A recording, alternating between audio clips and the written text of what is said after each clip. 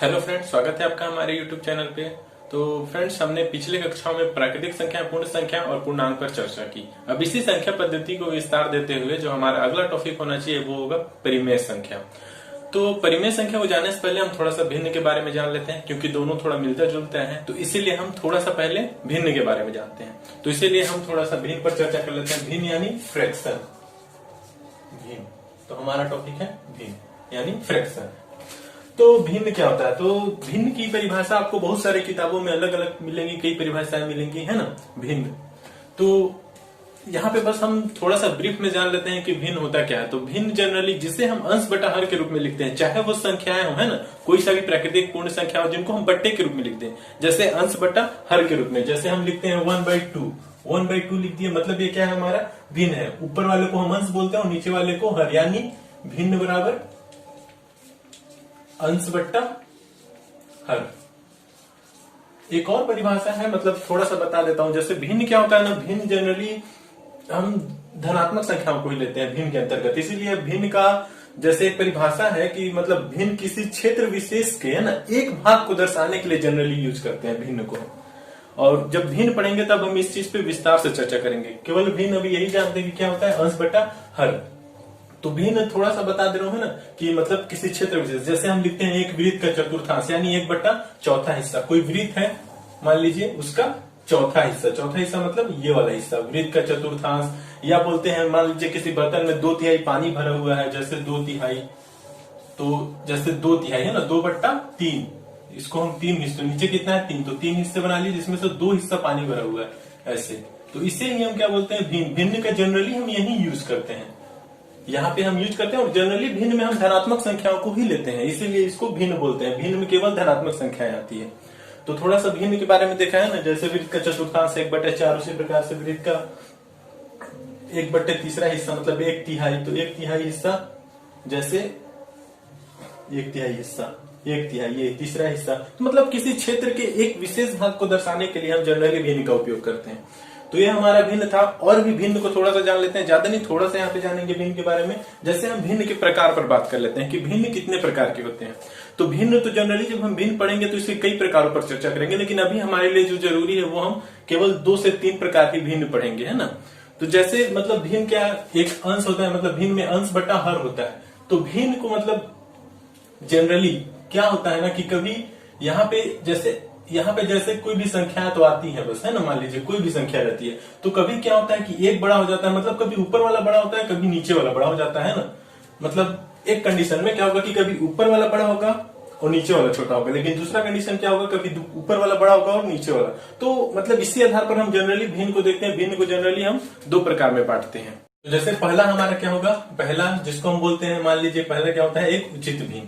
पहला क्या है, उचित भिन्न। तो उचित भिन्न क्या होता है, उचित भिन्न जनरली उचित भिन्न का मान जो होता है वो उचित भिन्न एक से हमेशा छोटा होता है, मतलब एक बड़ा होगा और उचित भिन्न छोटा होगा। भिन्न मतलब वही जैसे जो अंश बटे हर के रूप में होगा, है ना। तो वो हमारा एक पहला मतलब एक पहला टाइप है कि एक उचित भिन्न होता है। तो उचित भिन्न हमेशा एक से छोटा होता है, यानी यहाँ पे हर बड़ा होगा और अंश छोटा होगा, यानी अंश छोटा होगा, हर बड़ा होगा। जैसे 1/2, अभी हमने एग्जांपल पे लिया था, कितना, 1/2। तो एक देखिए छोटा है, अंश क्या है, छोटा है, और हर बड़ा है। इसी प्रकार से कुछ भी 1/3, 1/4, तो ये सभी भिन्न है। और भिन्न के अंतर्गत ये उचित भिन्न है, क्योंकि ये हमेशा इसका मान 1 से छोटा होता है। जैसे आधा, 1/3, 1/4, आप 2/3 लिखिए, ये भी एक मतलब उचित भिन्न है। और बहुत सारे मतलब जो भी आप लिख दे, बस उसमें ऊपर वाला बड़ा होना, सॉरी, ऊपर वाला छोटा होना चाहिए और नीचे वाला बड़ा होना चाहिए, वही हमारा उचित भिन्न होगा। उचित भिन्न हमेशा 1 से छोटा होता है। और दूसरा क्या होता है, दूसरा हम बोलते हैं विषम भिन्न। जस्ट इसका उल्टा होता है। विषम भिन्न हमेशा 1 से बड़ा होता है। विषम भिन्न हमेशा 1 से बड़ा होता है। इसमें क्या होता है कि इसमें अंश बड़ा होगा, अंश क्या होगा, उल्टा होगा ना। इसमें हर बड़ा होता है, लेकिन जब विषम भिन्न की बात आती है तो विषम भिन्न में हमेशा अंश बड़ा होता है, हर छोटा होता है। ये अंश क्या होगा, हमारा बड़ा होगा, हर हमेशा छोटा होगा। जैसे 4/3 लिख दिए, ये देखिए अंश बड़ा हो गया, हर छोटा। तो ये हमारा विषम भिन्न होता है। और विषम भिन्न को ही हम जनरली क्या बोलते हैं, मिश्र भिन्न भी बोलते हैं कहीं पर, मिश्र भिन्न। इसी को हम क्या बोलते हैं, मिश्र भिन्न। जैसे 4/3 है ना, 4/3, इसको अगर हम बोले कि मिश्र भिन्न में हमें लिखना है, तो मिश्र भिन्न में लिखने के लिए हम इसमें 4 में 3 का भाग करते हैं, तो 3 एकम 3, कितना बचा 1, तो इसी को लिखते हैं भागफल बटा शेषफल, जिससे भाग किया भाजक, मतलब भागफल शेषफल बटा भाजक। ये हमारा क्या होता है, विषम भिन्न, सॉरी विषम भिन्न था ये, इसको हमने मिश्र भिन्न में बदल दिया। तो मतलब जब भाग करके लिखते हैं तो उसी को हम मिश्र भिन्न में इस रूप में लिखेंगे तो उसको मिश्र भिन्न में बोलते हैं। और विषम भिन्न ये अगर बिना भाग किए, अगर हम इसी को बदलना है हमें किसमें, विषम भिन्न में, तो हम जान 3 एकम 3, 3 और 1 4, मतलब 4/3 ऐसे करके बदल देते हैं। ये सब आगे और विस्तार से हम सीखेंगे, अभी बस मैं बता रहा हूँ ना, मतलब इसके 2 प्रकार पर अभी जनरली बात की। और एक और जैसे मतलब एक दशमलव भिन्न भी होता है। दशमलव भिन्न कब, जब ये तो भी हमने इसको मिश्र भिन्न में लिखा है, अब इसी को हम दशमलव भिन्न में बदलने के लिए क्या करेंगे, 3 में हम फिर से 4 का जैसे भाग करते हैं। कोई भी होता है संख्या, मान लीजिए 3 4 के लिए, मतलब कोई भी आप एक विषम भिन्न ले लीजिए, जैसे 6 7 या 6/12, 6/13, कुछ भी ले लीजिए, है ना। बस क्या होगा, अंश बड़ा होगा, अंश मतलब ऊपर वाला, है ना। जैसे ये कौन सा भिन्न है, अंश बड़ा है, मतलब 13/6, ये हमारा विषम भिन्न है। 13/6 को मैंने लिया है, तो जब हम 6 में 13 का भाग करेंगे तो इसी को अभी हम दशमलव में बदल दे रहे हैं। जैसे 6 एकम 6, 6 दूनी 12, 1 बचा। अब यहाँ पे हम एक दशमलव लगा देंगे, भाग नहीं जाएगा, क्योंकि ये हम दशमलव भिन्न में बदल रहे हैं। अगर इसी को हमें लिखना होता मिश्र भिन्न में, तो हम क्या करते, डायरेक्ट लिखते 2 सही 1/6, 6 दूना 12 और 1 13/6 आ जाता, है ना। तो वही, लेकिन हम इसको किसमें बदल रहे हैं, दशमलव भिन्न में, मतलब आप दशमलव तक भाग करिए इसको दशमलव में।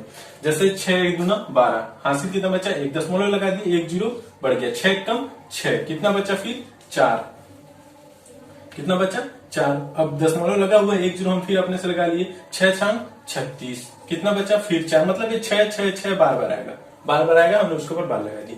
तो ये हमारा दशमलव भिन्न होता है। इसी को हम क्या बोल देते हैं, दशमलव भिन्न। जो दशमलव में आता है उसी को जनरली दशमलव भिन्न बनाते हैं, क्योंकि इसको ये दशमलव में, इसको हम भिन्न में बदलेंगे तो जैसे यहाँ तो बार वाला है तो इसका मतलब कुछ अलग आएगा मान, वो हम आगे सीखेंगे, है ना। तो ये सब जो दशमलव में बदल जाता है, जैसे अभी हम लिखे 0.5, ये क्या है हमारा दशमलव, इसको आधा बोलते हैं ना। इसको हम जब बदलेंगे किसमें, भिन्न में, तो इसको हम 5/10 लिख देते हैं और सरल करके 1/2। तो ये सब दशमलव भिन्न है ना। या आप भिन्न को इस रूप में भी लिख सकते हैं, भिन्न को आप इसी रूप में लिख सकते हैं, मतलब अंश बटा हर के रूप में। तो ये हमारे टाइप्स है भिन्न। उचित भिन्न हमने पढ़ा जो 1 से छोटा होता है, फिर हमने विषम भिन्न पढ़ा जो 1 से बड़ा होता है ना। इसी के अंतर्गत मिश्र भिन्न भी देखा कि जब विषम भिन्न में होगा तो उसको कैसे मिश्र भिन्न में बदलते हैं, और जब मिश्र भिन्न में है तो उसको कैसे विषम भिन्न में। इसको हम और आगे जब भिन्न अलग से पढ़ेंगे, जिसके अंतर्गत हम थ्योरेटिकल क्वेश्चन लेंगे, बहुत सारे थ्योरी वाले और तरह तरह के इसके और भी प्रकार को हम देखेंगे, तब पढ़ेंगे। अभी हमें जनरली संख्या पद्धति को पढ़ना है, जो हमारे कैलकुलेशन के अंतर्गत चैप्टर है। हमें मेन कैलकुलेशन सीखना है, तो इसीलिए भिन्न को बस थोड़ा सा जाने, जिससे हम अंश बटे हर के रूप में लिख सकते हैं, वही हमारा भिन्न है। तो अब भिन्न से जो हमारा अगला टॉपिक आता है वो क्या है, परिमेय संख्या। तो अब हम पढ़ेंगे कौन सी, परिमेय संख्या के बारे में जानेंगे, क्या होता है परिमेय संख्या। तो दोस्तों अब हमारा टॉपिक है वो है परिमेय संख्या। अब हम जानेंगे क्या होता है परिमेय संख्या। तो परिमेय संख्या को जानने से पहले हम थोड़ा सा अपने संख्याओं के, मतलब जो संख्या हमने पढ़ी है उस पर थोड़ा पीछे चलते हैं। जैसे हमने एक पैमाना देखा था ना, जैसे माइनस अनंत डॉट डॉट डॉट, है ना, कोई भी ऐसी भी संख्या होंगी, है ना, -3 -2 -1, फिर 0 था, फिर 1 2 3 डॉट डॉट लेके अनंत तक। तो ये हमारे मतलब ऋणात्मक पूर्णांक से लेकर धनात्मक पूर्णांक तक जो हमने पढ़ा वो हमारा क्या था, पूर्णांक था।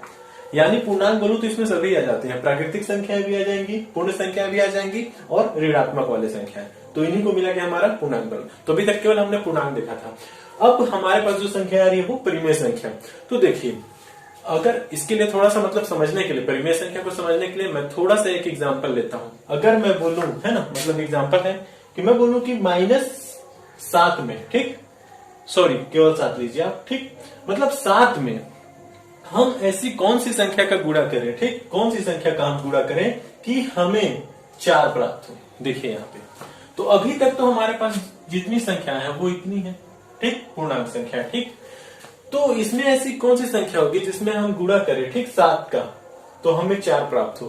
तो अभी तक तो जो हमारे पास सबसे छोटी संख्या है वो क्या है, 1 है। 7 में हम 1 का गुणा करेंगे फिर भी हमें 7 ही प्राप्त होगा। उसके बाद मतलब कुछ भी आप गुणा करिए, मतलब 1 2 माइनस वाला, फिर भी हमें 4 प्राप्त नहीं होगा। आप देखिएगा, है ना, गुणा करके देखिए आप। तो मैं बोलूं कि आप इसमें कितना 4/7 का 4/7 का आप इसमें गुणा कर दीजिए, 4 से 4 कैंसल, सॉरी 7 से 7 कट गया, कितना आया 4। तो जो इस प्रकार की अपने पास संख्याएं आई, कौन सी संख्या 4/7, तो यही हमारी क्या है परिमेय संख्या। तो आप बोलेंगे ये भिन्न भी तो है, अभी हमने जस्ट भिन्न पढ़ा, तो आप बोलेंगे इसको फिर हम भिन्न क्यों बोलते हैं। तो आपकी जानकारी के लिए मैं बता दूं, तो सभी भिन्न परिमेय संख्या होती है, याद रखिए सभी भिन्न परिमेय संख्या होती है। उसके अलावा भी यदि हम अंश और हर के रूप में सभी पूर्णांकों को ले ले, केवल 0 को छोड़ के, केवल 0 को छोड़ के बाकी सभी पूर्णांकों को शामिल कर दे, तो वो हमारा परिमेय संख्या होता है।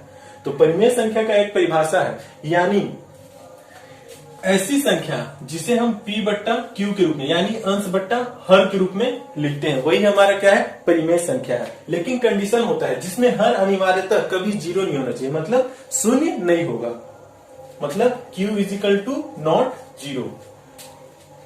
जो हर होगा वो हमारा कभी 0 नहीं होगा, तभी वो हमारा क्या होगा परिमेय संख्या होगा। यानी और जहां पर p q क्या है पूर्णांक है, बस 0 को छोड़ के, पूर्णांक है मतलब ऋणात्मक संख्याएं भी हो सकती है और धनात्मक संख्याएं, तो यही हमारी क्या होती है परिमेय संख्याएं होती है। जैसे है ना 4/7 लिया हमने, और कुछ भी ले लीजिए, जैसे -3/2, -5 है, ये भी पूर्णांक है, लेकिन पूर्णांक क्या होता है परिमेय संख्या होती है, मतलब सभी भिन्न और सभी पूर्णांकों को यदि हम शामिल कर दे तो वो क्या है हमारी परिमेय संख्या हुई। भिन्न जब हम बोलते हैं तो जनरली भिन्न में धन होता है, धनात्मक संख्या होती है, क्योंकि भिन्न में बताया किसी मतलब किसी एक विशेष भाग के लिए यूज करते हैं उसको, तो वो हम ऋणात्मक में नहीं लेते। जनरली वो क्या होता है हमारा परिमेय संख्या होता है, और भिन्न को हम धनात्मक के रूप में लेते हैं। तो इसीलिए मैं बोल रहा हूँ कि सभी भिन्न परिमेय संख्या के लिए कंडीशन है कि सभी भिन्न क्या होती है, मतलब परिमेय संख्या की एक परिभाषा है, मतलब सभी भिन्न क्या होंगे हमारे, सभी भिन्न परिमेय संख्या, सभी भिन्न परिमेय संख्या होती है, ठीक। प्लस दूसरा सभी पूर्णांक, सभी पूर्णांक बोलो तो देखिए जितनी भी संख्या है हमारे पास -1 से +1 तक, केवल 0 को छोड़ के, क्योंकि q = हर अगर 0 हो गया तो उसका मान आप देख ही चुके हैं, ऊपर कोई भी संख्या और नीचे 0 होता है। पिछले वीडियो में देखा है ना हमने, जब पूर्णांक पढ़ रहे थे तब, सॉरी पूर्ण पढ़ रहे थे, ऊपर कोई भी संख्या अगर हम उसमें 0 का भाग करें तो क्या आता है, अभी तक अपरिभाषित है या अनडिफाइंड है, जिसको हम अनंत लिख देते हैं, ठीक, वो अभी अनडिफाइंड है। इसीलिए 0 नहीं होना चाहिए, हर 0 गया, हर के अलावा क्यों भी हमारा जो p मतलब जनरली p भी क्या नहीं होना चाहिए 0 नहीं होना चाहिए, मतलब 0 को छोड़ के बाकी सभी संख्याएं ले तो वो हमारे क्या है पूर्णांक होगा, और उन्हीं को हम क्या बोलेंगे परिमेय संख्या बोलेंगे, जिसको हम p/q के रूप में लिखेंगे, यानी अंश बट्टा हर के रूप में लिखेंगे। और देखिए -5 है तो ये भी तो हमारा, जैसे आप बोलेंगे कि ये अंश बटा हर के रूप में नहीं है, तो हम जनरली इसको परिमेय संख्या बनाने के लिए /1 कर देते हैं, ठीक। तो ये हमारा क्या होता है परिमेय संख्या होती है, मतलब हम जिसको अंश बट्टा हर के रूप में लिख सके वही हमारा क्या है परिमेय संख्या है। तो सभी भिन्न परिमेय संख्या होती है, मतलब जितने भी भिन्न लेंगे, 4/7 हो, 8/9 हो, कुछ भी उचित भिन्न हो या उचित भिन्न हो, विषम भिन्न हो, मिश्र भिन्न हो, सभी परिमेय संख्याएं होंगी। उसके दशमलव भिन्न भी है ना, दशमलव भिन्न और जो भी भिन्न होंगे वो सभी हमारी परिमेय संख्याएं होंगी। उसके अलावा सभी पूर्णांक केवल 0 को छोड़ के, केवल 0 को छोड़कर, सभी पूर्णांक केवल 0 को छोड़कर, इन सभी को मिलाने से हमारी क्या बनती है परिमेय संख्या। ये क्या होंगी परिमेय संख्या। और परिमेय संख्या को हम जनरली p/q के रूप में लिखते हैं, जहां q = 0 नहीं होना चाहिए। तो देखिए ये संख्या जो हमने अभी एग्जांपल लिया था 7, मतलब 7 में हम ऐसी कौन सी संख्या का गुणा कर रहे हैं, तो 4, मतलब जो हमारा 4/7 है, ये एक प्रकार की कोई मतलब संख्या नहीं है, इसको हमने मतलब संख्या है, कौन सी संख्या परिमेय संख्या है, पूर्ण संख्या के रूप, मतलब ये पूर्ण संख्या को मिलाने से बना है, ऊपर भी पूर्ण संख्या और नीचे भी पूर्ण संख्या है, तो ये हमारा परिमेय संख्या होती है। जनरली इसका मान जो होता है मतलब 1 से 2 के बीच में, आप देखिए 4/7, अगर आप इसको चेक करेंगे कि ये संख्या रियल में कितना है, तो आप 7 से इसमें भाग करिए, पॉइंट लगा दिए, 0 बढ़ गया, 7 7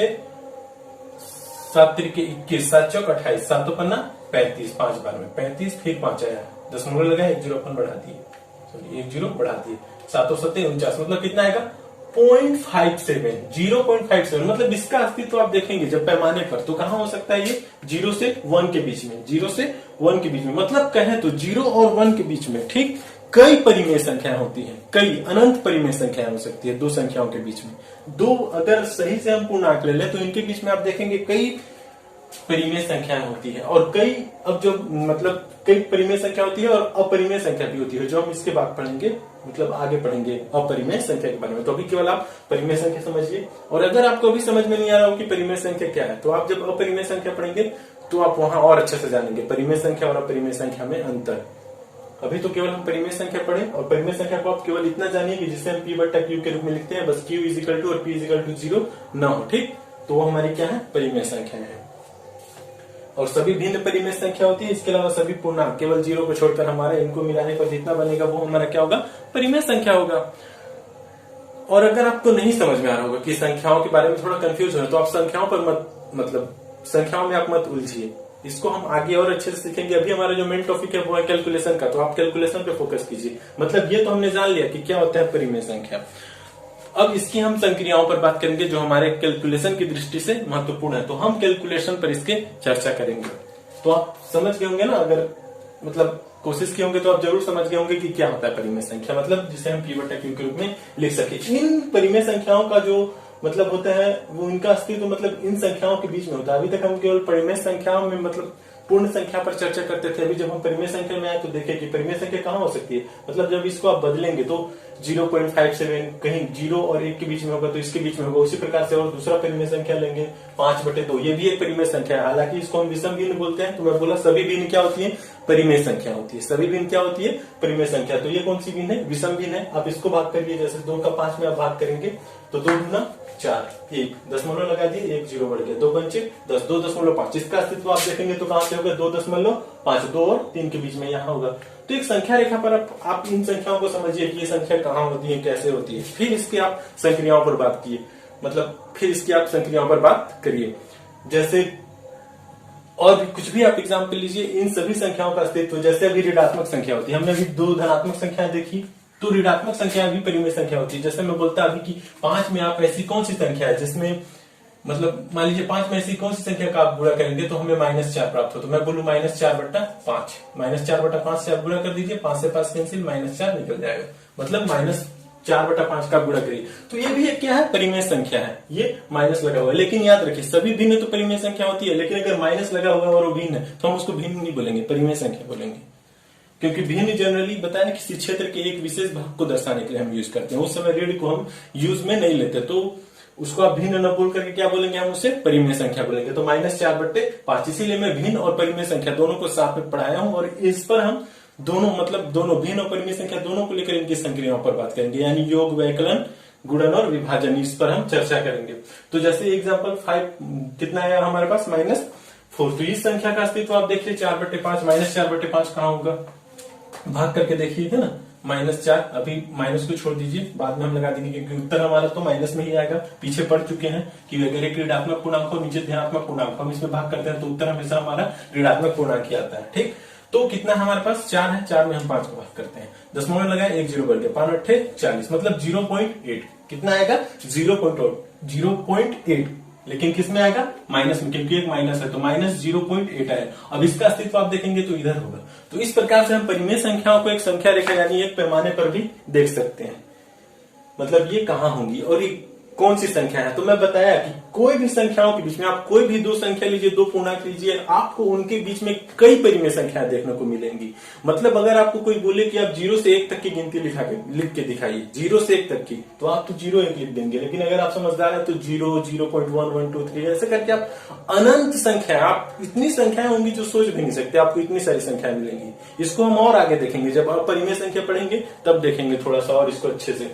तो ये था हमारा क्या था, परिमेय संख्या। तो हमने देख लिया परिमेय संख्या क्या होती है, तो सभी भिन्न हमारा परिमेय संख्या होगी। इसके अलावा हम यदि पूर्णांकों को भी शामिल कर दे, केवल 0 को छोड़कर, तो ये हमारा पूर्ण मतलब परिमेय संख्याएं होंगी। अब हम इनकी कुछ संक्रियाओं पर चर्चा करते हैं, ठीक, जो हमारा मेन कैलकुलेशन का हिस्सा है। तो अब हम इनकी संक्रियाओं पर बात करेंगे।